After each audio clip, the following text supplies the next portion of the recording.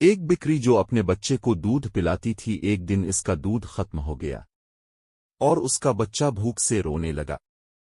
बिक्री खाना ढूंढने के लिए निकलती है, लेकिन इसको कुछ ना मिला। वहां एक बंदर रहता था जो हर किसी की मदद करता है।